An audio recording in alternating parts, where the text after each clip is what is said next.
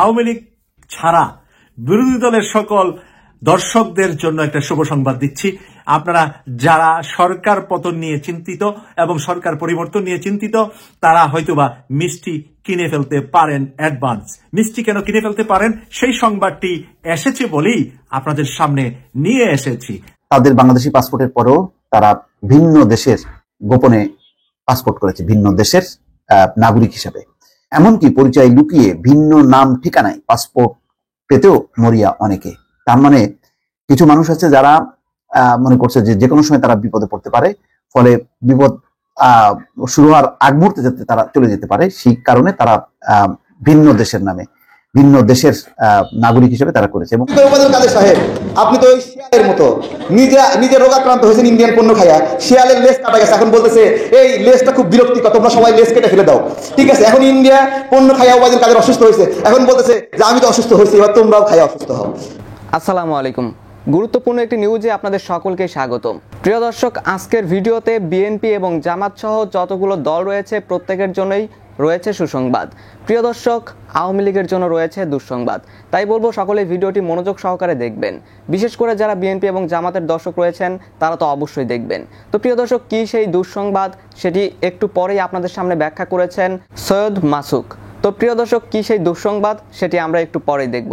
এমনকি প্রিয় দর্শক, এরই সাথে সাথে গণ অধিকার পরিষদের নেতা তারেক রহমান বলেছেন সেতু এবং সড়ক মন্ত্রী ওবায়দুল কাদের সাহেব ভারতীয় পণ্য খেয়ে খেয়ে ক্যান্সারে আক্রান্ত হয়েছে। এখন বাংলাদেশের মানুষকেও তিনি ক্যান্সারে আক্রান্ত করতে চান এবং এই ক্যান্সারে আক্রান্ত রোগীদেরকে আবার ইন্ডিয়ায় পাঠিয়ে সেই টাকাও তিনি ভোগ করতে চান বা সেখান থেকেও তিনি শেয়ার নিতে চান। প্রিয় দর্শক, তারেক রহমান এমনই চক্রান্তের কথা উল্লেখ করেছেন। এরই সাথে তিনি ভারতকে উদ্দেশ্য করে আরও কিছু মন্তব্য করেছে, যেটি আপনারা একটু পরেই দেখবেন। এমনকি প্রিয় দর্শক, এরই সাথে সাথে সরকারি দলের অনেক আমলারা বা অনেক বড় বড় ব্যবসায়ীরা এই মুহূর্তে দেশ থেকে পালানোর জন্য গোপনে পাসপোর্ট করে যাচ্ছে। কিন্তু প্রিয় দর্শক, তারা এখন কোন বিপদের আভাস পাচ্ছে যে তারা গোপনে পাসপোর্ট করছে? প্রিয় দর্শক, সেটি আশা করছি আজকের নিউজটি সম্পূর্ণ দেখলেই বুঝতে পারবেন। তো প্রিয় দর্শক, আমি আর বেশি কথা বাড়াবো না, আপনাদের সরাসরি সবগুলো ভিডিও দেখাবো। তবে ভিডিওগুলো দেখানোর আগে বলি, যারা এখনো চ্যানেলটি সাবস্ক্রাইব করেননি সকলে চ্যানেলটি সাবস্ক্রাইব করে পাশে থাকা বেল আইকনটি বাজিয়ে দিবেন। আর যারা ইতিমধ্যেই সাবস্ক্রাইব করে রেখেছেন তাদের সকলকে অসংখ্য ধন্যবাদ। তো চলুন একটি লাইক দিয়ে আমরা ধারাবাহিকভাবে সবগুলো ভিডিও দেখে আসি।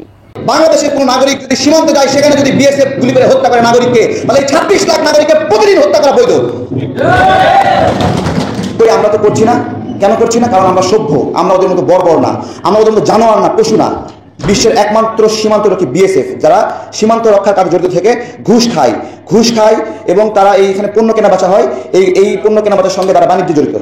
এই বাণিজ্যে করতে গিয়ে যখন এই বিএসএফ এর সদস্যরা চাকরি করে সরকারি, কিন্তু ব্যবসা করে চোরা কারাবারি, এবং এরা যখন ভাগ না পায় তখন আমাদের নাগরিকদেরকে হত্যা করে। 527টি ইন্ডিয়ান পণ্যে ক্যান্সারের উপাদান পাওয়া গেল। এটা কি আমরা পেয়েছি? এটা কি রেজা কিবরিয়া সাহেব পেয়েছে? এটা কি মিয়া মুর্শিদুজ্জামান এদের বয়সদাতা পেয়েছে? কে পেয়েছে? এটা আন্তর্জাতিক পরিমণ্ডল, ইউরোপীয় ইউনিয়ন পেয়েছে, হংকং পেয়েছে, সিঙ্গাপুর পেয়েছে। আমার কথা বিশ্বাস কেন করতে হবে? আপনি গুগল করেন না কেন? আমি কি বলছি আমার কথা বিশ্বাস করতে হবে? দেখেন না ক্যান্সারের উপাদান পাওয়া গেছে কিনা। 527টা জীবনে কেউ বাপের ক্ষমতা আছে মুখস্থ করতে পারবে? পারবেন? কোন কোন ক্যান্সারের উপাদান আছে 527টা মুখস্থ করতে পারবেন? মুখস্থ করতে পারবেন? একটা দরকার সব বাদ দেন না। ইন্ডিয়ান পণ্য মেড ইন ইন্ডিয়া দেখলেই বাদ। কেন? ক্যান্সারের উপাদান। মেড ইন ইন্ডিয়া দেখলেই বাদ, ক্যান্সারের উপাদান। যারা এগুলো বিশ্বাস করে না, বোঝে না, ওদেরকে বলি, তোরা ওই যে নিউজ হয়েছে গতকাল, পচা রুটি, পচা ভাত, কাঠের গুঁড়া এটা দিয়ে বানাচ্ছে ভারতীয় মশলা। ওবায়দুল কাদের সাহেব খাইবেননি? এত ইন্ডিয়ান পণ্যে দালালি করলো ওবায়দুল কাদের সাহেব। আমি তো মনে করি ওবায়দুল কাদের এই ইন্ডিয়ান পণ্য এত বেশি খাইয়া সিঙ্গাপুরে গেছে কিছু আসতে হয়েছে। আমি কই ওবায়দুল কাদের সাহেব, আপনি তো ওই শিয়ালের মতো নিজে রোগাক্রান্ত হয়েছেন ইন্ডিয়ান পণ্য খাইয়া, শিয়ালের লেজ কাটা গেছে, এখন বলতেছে এই লেজটা খুব বিরক্তিকর, তোমরা সবাই লেজ কেটে ফেলে দাও। ঠিক আছে, এখন ইন্ডিয়া পণ্য খাইয়া ওবায়দুল কাদের অসুস্থ হয়েছে, এখন বলতেছে যে আমি তো অসুস্থ হয়েছি, এবার তোমরাও খাইয়া অসুস্থ হও। হ্যাঁ, আমাদেরকে একদিকে ইন্ডিয়ান পণ্য খাওয়াইয়ে ব্যবসা করবে, আবার আমাদের ক্যান্সার আক্রান্ত রোগীগুলোকে ইন্ডিয়ায় নিয়ে যায়, সেখানে চিকিৎসা করবে। ভালোই ব্যবসা চলছে। আওয়ামী লীগ ছাড়া বিরোধী দলের সকল দর্শকদের জন্য একটা শুভ সংবাদ দিচ্ছি। শুভ সংবাদটি আসার পরেই আমি আপনাদের সামনে তুলে ধরার জন্য চিন্তা করেছি।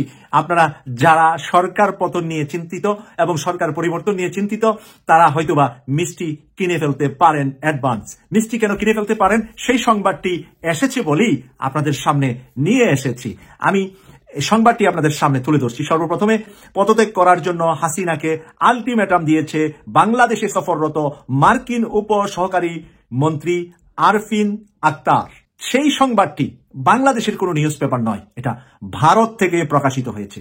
যেহেতু এটা ভারত থেকে প্রকাশিত হয়েছে, তার সততা অনেক বেশি, এবং সেই কারণে আমি আপনাদের সামনে সংবাদটি যেন কৌতূহলবশত নয়, এটা যেন বিবেচনা এবং বিবেচ্য বিষয় হিসাবে আপনাদের কাছে তুলে ধরছি।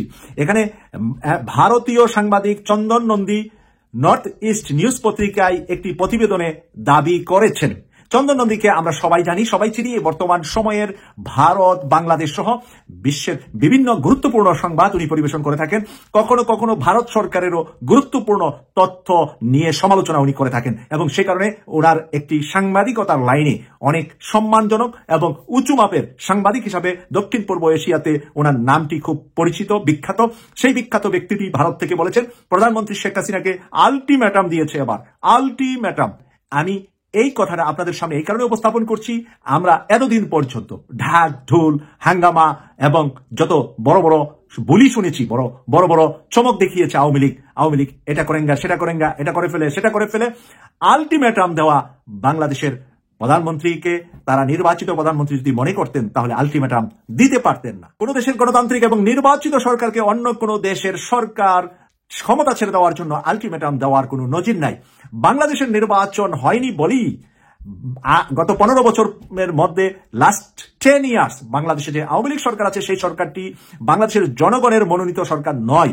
এই কথা যখন বিশ্ববাসী জানছে, বিশ্ববাসী জানার কারণে বিশ্ববাসীর কাছে বর্তমান সময়ে আওয়ামী লীগ সরকার হলেন একটি ডিক্টেটর সরকার, আর এই ডিক্টেটর সরকারকে নিপাত গিয়ে গণতান্ত্রিক সরকার তৈরি করাটা গণতান্ত্রিক দেশগুলা, পশ্চিমা বিশ্বগুলা, যারা বাংলাদেশকে সর্ববিষয়ে সবসময় সহযোগিতা করে থাকে, তারা নিজ দায়িত্বেই এই কাজগুলা পৃথিবীর বিভিন্ন দেশে করে থাকে।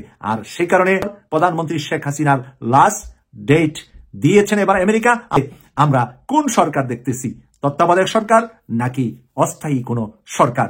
কোন সরকার নাকি সামরিক বাহিনীর মাধ্যমে দেশে কোনো পরিবর্তন আসবে? সবকটা জল্পনা কল্পনা শেষ হবে আগামী 2 সপ্তাহের সময়ের মধ্যে বলে আমরা আশা করছি। বিপদে দেশ ছাড়তে চান অনেকে। প্রভাবশালীদের গোপন পাসপোর্ট, অর্থাৎ তাদের বাংলাদেশি পাসপোর্টের পরেও তারা ভিন্ন দেশের গোপনে পাসপোর্ট করেছে, ভিন্ন দেশের নাগরিক হিসাবে। খুবই ইন্টারেস্টিং গল্প, এবং কোন দেশের তার একটা বিস্তারিত রিপোর্ট তুলে ধরেছে যুগান্তর।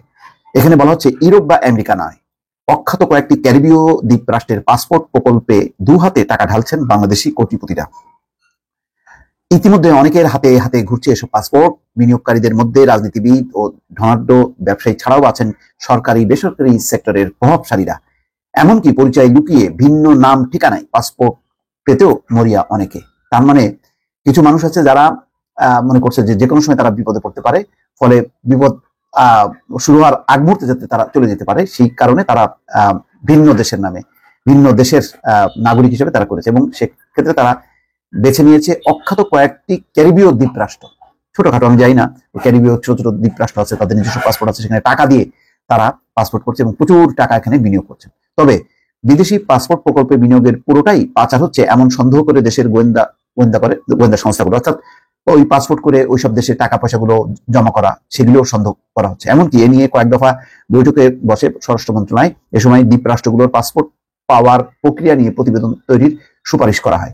এছাড়া এ ধরনের পাসপোর্ট গ্রহীতাদের তালিকা তৈরির সিদ্ধান্ত নেয় সরকার, যদিও পরে বিষয়টি আর বেশি দূর এগোয়নি। কারণ যাদের কে নিয়ে করা হবে তারা তো সবাই প্রভাবশালী, তাদের বিরুদ্ধে কেন হবে? এ প্রসঙ্গে আসাদুজ্জামান খান কামাল স্বরাষ্ট্রমন্ত্রী তিনি বলছেন, আমিও এসব শুনেছি, কিন্তু আমার কাছে এখনো এই বিষয়ে সুনির্দিষ্টভাবে কিছু আসেনি। এসব নিয়ে আমাদের সংস্থাগুলো কাজ করছে, এক্ষেত্রে গ্রহণযোগ্য তথ্য প্রমাণ পেলে অবশ্যই প্রয়োজনীয় ব্যবস্থা নেওয়া হবে। ক্যারিবীয় দ্বীপ রাষ্ট্রগুলোর মধ্যে অ্যান্টিগুয়া এন্ড বারবুডায় বিনিয়োগকারী বাংলাদেশের সংখ্যা সর্বোচ্চ। তার মানে ওই দ্বীপ রাষ্ট্র কি? অ্যান্টিগুয়া এন্ড বারবুডাই, মানে খুব ছোট্ট দ্বীপ রাষ্ট্র এগুলি। প্রিয় দর্শক, আমি আশা করছি আপনারা সকলেই অত্যন্ত মনোযোগ সহকারে সবগুলো ভিডিওই দেখেছেন। এমনকি দর্শক, যদি এই ভিডিওগুলো সম্পর্কে আপনাদের কোনো মতামত থেকে থাকে তাহলে তো অবশ্যই জানাবেন। দর্শক, নিউজটি শেষ করছি এখানেই, ফিরছি পরবর্তী নিউজে নতুন কোনো টপিকে। আল্লাহ হাফিজ।